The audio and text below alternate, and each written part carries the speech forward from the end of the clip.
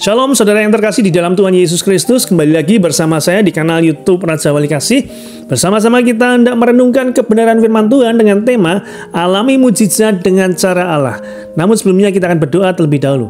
Bapa kami yang bertata dalam kerajaan surga mulia, terima kasih buat kasih anugerah-Mu yang berlimpah-limpah atas kami. Kami ada sebagaimana ada saat ini semua karena kebaikan, kemurahan, penyertaan, perlindungan-Mu atas kami. Bila mana kami hendak membaca, mendengarkan, merenungkan, serta melakukan firman-Mu, Engkau mengurapi, menyertai setiap kami. Dan kami percaya firman-Mu ya dan amin. Firman-Mu pelita bagi kaki kami dan terang bagi jalan kami. Saat firman-Mu disampaikan, kami percaya yang sakit Tuhan sudah sembuhkan, yang berbeban berat Tuhan sudah berikan kelegaan, yang berkekurangan Tuhan sudah cukupkan, bahkan Tuhan buat berlimpah-limpah di dalam nama Tuhan kami Yesus Kristus. Urapi hamba-Mu, setiap apa yang hamba-Mu sampaikan hanyalah kebenaran firman-Mu dan untuk hormat kemuliaan nama-Mu. Dalam berkat nama Tuhan Yesus Kristus kami berdoa dan mengucap syukur. Haleluya, amin. Pembacaan firman Tuhan terambil di dalam Lukas 9 ayat 10 sampai 17. Lukas 9 ayat 10 sampai 17 dengan judul Yesus memberi makan 5.000 orang. Sekembalinya rasul-rasul itu menceritakan kepada Yesus apa yang telah mereka kerjakan. Lalu Yesus membawa mereka dan menyingkir ke sebuah kota yang bernama Betsaida, sehingga hanya mereka saja bersama Dia. Akan tetapi orang banyak mengetahuinya lalu mengikuti Dia.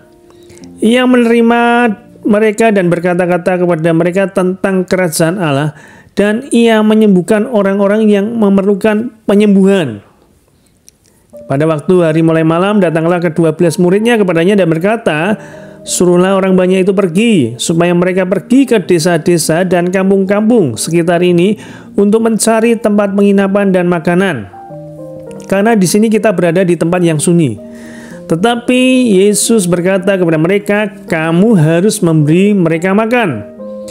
Mereka menjawab, yang ada pada kami tidak lebih daripada 5 roti dan 2 ikan. Kecuali kalau kami pergi membeli makanan untuk semua orang banyak ini. Sebab di situ ada kira-kira 5.000 orang laki-laki. Lalu Tuhan Yesus berkata kepada murid-muridnya, suruhlah mereka duduk berkelompok-kelompok, kira-kira 50 orang sekelompok. Murid-murid melakukannya dan menyuruh semua orang banyak itu duduk. Dan setelah ia mengambil 5 roti dan 2 ikan itu, ia menengadah ke langit, mengucap berkat, lalu memecah-mecahkan roti itu dan memberikannya kepada murid-muridnya, supaya dibagi-bagikannya kepada orang banyak. Dan mereka semua makan sampai kenyang. Kemudian dikumpulkan potongan roti yang sisa sebanyak 12 bakul. Kisah tentang mujizat 5 roti dan 2 ikan ini merupakan satu-satunya mujizat yang dicatat dalam keempat Injil. Ayat yang 10 tadi menyebutkan Yesus membawa mereka dan menyingkir ke sebuah kota yang bernama Betsaida, sehingga hanya mereka saja bersama dengan Dia. Yesus sedang mengumpulkan murid-muridnya secara khusus untuk menyendiri supaya mereka memiliki waktu untuk bersama. Tetapi kenyataannya orang banyak mengetahui dan mengikuti mereka. Melihat orang banyak datang kepadanya, Yesus menerima mereka, bahkan Ia mengajar dan menyembuhkan yang sakit. Ayat yang 11 tadi. Ayat ini menegaskan bahwa Tuhan Yesus tidak pernah menolak siapapun yang mau datang kepadanya. Dalam kondisi apapun, jika kita mau mendekat kepada Tuhan, maka Tuhan pun menerima kita. Yesus selalu menerima kita. Ayat yang ke-12 dikisahkan mulai terjadi masalah. Di satu sisi Yesus tidak pernah menolak orang yang datang kepadanya, tetapi di sisi lain orang banyak itu perlu diberi makan.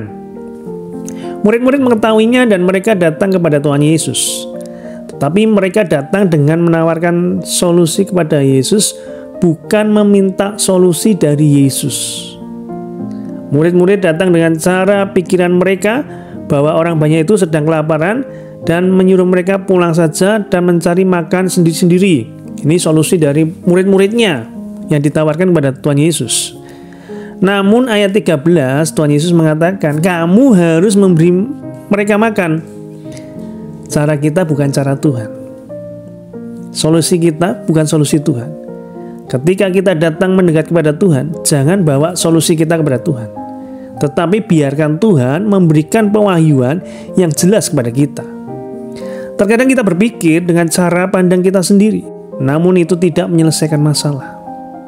Tapi kalau Tuhan yang menyelesaikan masalah, semuanya pasti akan mendatangkan kemuliaan. Jika Tuhan yang menyelesaikan masalah, maka setiap orang yang diteguhkan, mereka akan semakin mengasihi Tuhan dan menetapkan diri dengan kuat di dalam Tuhan. Sebaliknya, kalau kita datang kepada Tuhan dengan cara kita sendiri, maka kita akan memperoleh kekecewaan dan mulai meragukan kuasa Tuhan. Yesus tidak menyuruh orang banyak itu pergi, tetapi menyuruh murid-muridnya untuk memberi mereka makan semuanya. Ayat ini memberi pewahyuan kepada kita bahwa kitalah yang disuruh Tuhan untuk memecahkan masalah yang ada di dunia. Kita yang harus memberi makan dunia. Namun kebanyakan kita malah bergumul dengan dunia kita sendiri. Oleh sebab itu, marilah bergerak dengan caranya Tuhan. Mari bangun kerohanian memegang bakul kelimpahan Tuhan. Sebab orang dunia perlu kita beri makanan rohani. Kita ini sedang memegang bakul kelimpahan sekitar kita. Banyak orang yang sedang merasa lapar bukan oleh nilai-nilai jasmani, tetapi lapar secara rohani. Kita sebagai gereja Tuhan harus masuk ke dalam dunia untuk mengubah dunia dengan memberi makanan rohani kepada dunia ini. Matius 5 ayat yang ke-6 berbunyi demikian. Berbahagialah orang yang lapar dan haus akan kebenaran, karena mereka akan dipuaskan. Hanya orang-orang yang memiliki rasa lapar akan Tuhan yang akan dipuaskan. Kalau hari-hari ini kita sedang tidak puas dengan kerohanian kita, maka harusnya menyelidiki, masihkah kita lapar akan Tuhan? Masihkah kita memiliki pengajaran yang kuat kepada Tuhan? Kadangkala untuk membuat kita punya rasa lapar secara rohani, Allah sengaja membuat kita mengalami lapar atau kekurangan secara jasmani, dengan maksud supaya rasa lapar akan Tuhan itu tidak pernah berhenti di dalam kehidupan kita, sehingga kita mengerti bahwa hanya Tuhanlah yang memberikan kepuasan. Orang-orang di sekitar kita memiliki rasa lapar, tetapi mereka tidak tahu harus mencari kemana. Mereka tidak tahu bagaimana cara memuaskan lapar. Oleh sebab itu, mari kita beritahu dan beri mereka makanan rohani. Kita punya roti kehidupan yang bisa kita bagikan kepada mereka, sampai mereka mengalami kepuasan di dalam Tuhan. Nah, pertanyaannya simpel sekali. Seperti tema kita kali ini. Bagaimana caranya supaya kita mengalami mujizat dengan caranya Tuhan? Bukan seperti murid-murid yang datang kepada Tuhan Yesus dengan menawarkan solusi dari mereka sendiri, caranya mereka sendiri. Bukan meminta solusi atau cara dari Tuhan. Yang pertama, caranya adalah datang kepada Tuhan dan mengakui masalah yang ada. Setelah Yesus dan murid-murid untuk memberi mereka makan, dalam Lukas 9 ayat 13, Yesus menyuruh murid-muridnya untuk memberi orang-orang tersebut makan. Dikatakan, murid-murid menjawab, yang ada pada kami tidak lebih daripada 5 roti dan 2 ikan. Kecuali kalau kami pergi membeli makanan untuk semua orang banyak ini. Murid-murid mengakui bahwa yang ada pada mereka itu hanya 5 roti dan 2 ikan. Bahkan Yohanes 6 ayat 7 mencatat bahwa Filipus menjawab Tuhan Yesus, roti seharga 200 dinar tidak akan cukup untuk mereka ini, sekalipun masing-masing mendapat sepotong kecil saja.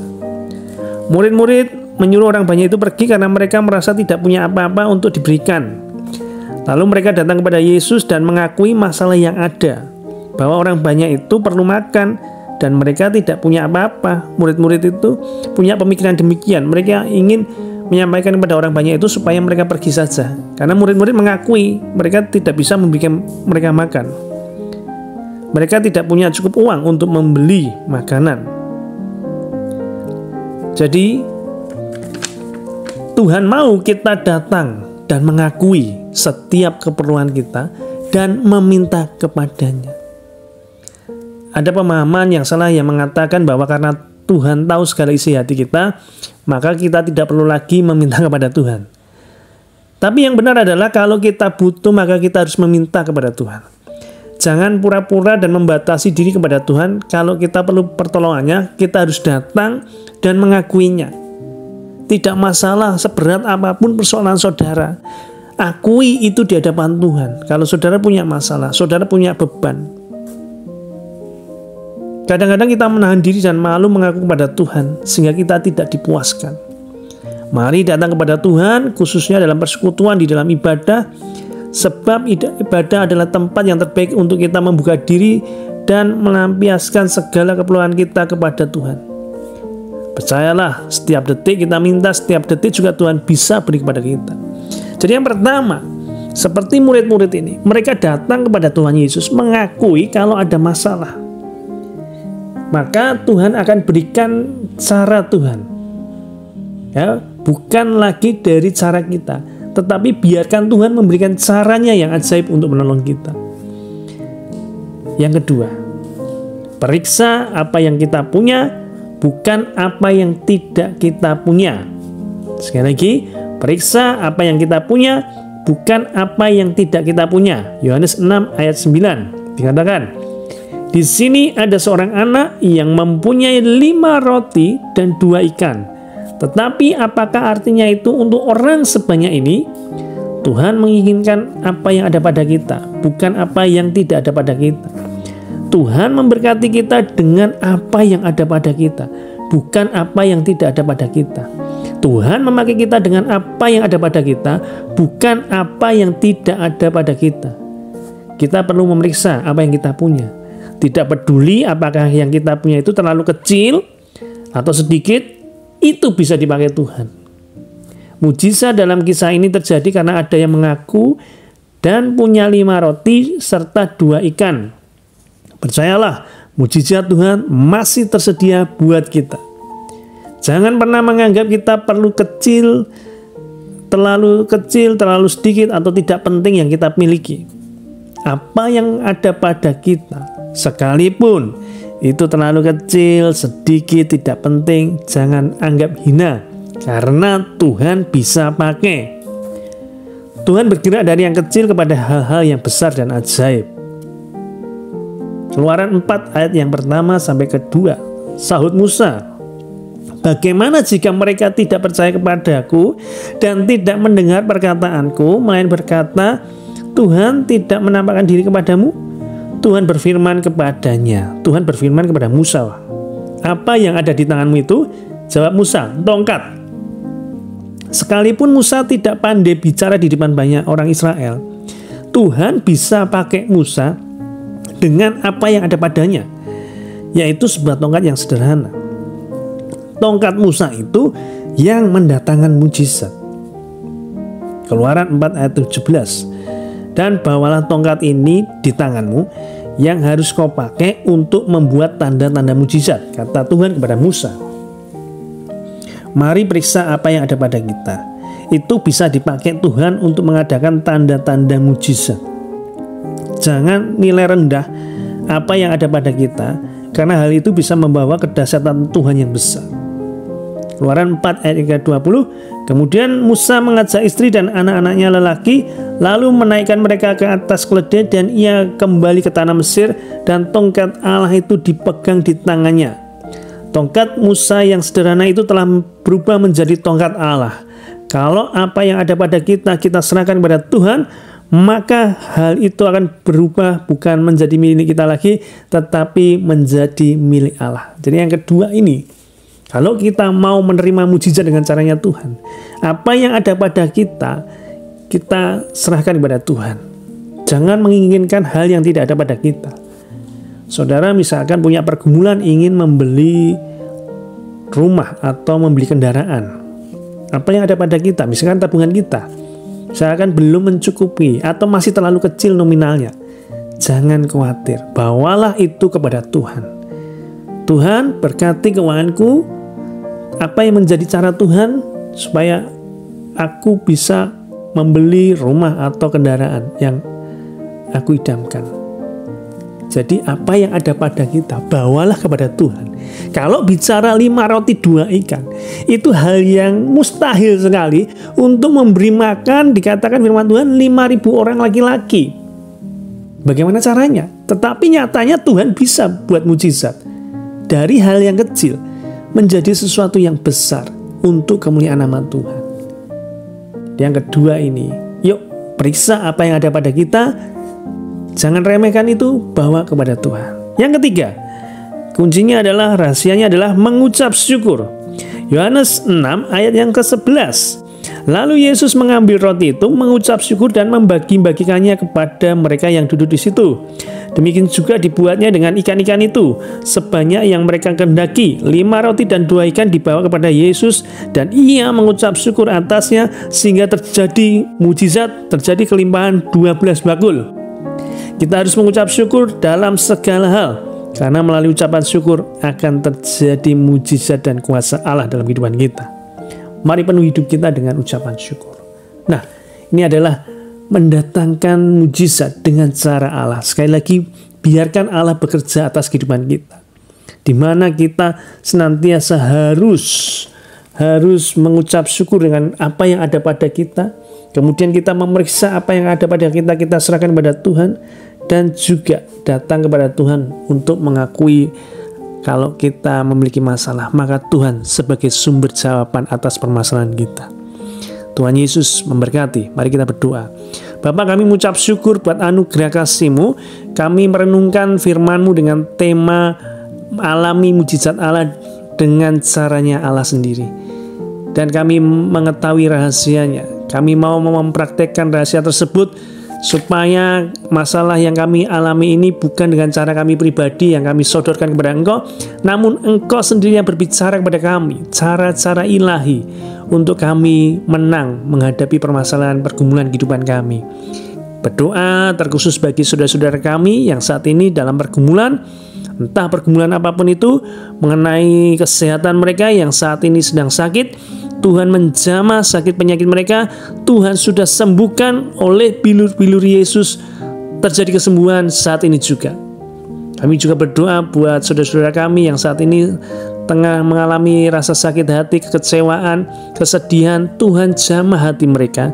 Tuhan pulihkan hati mereka dengan sukacita yang baru. Sukacita surga ada dalam hati dan kehidupan mereka.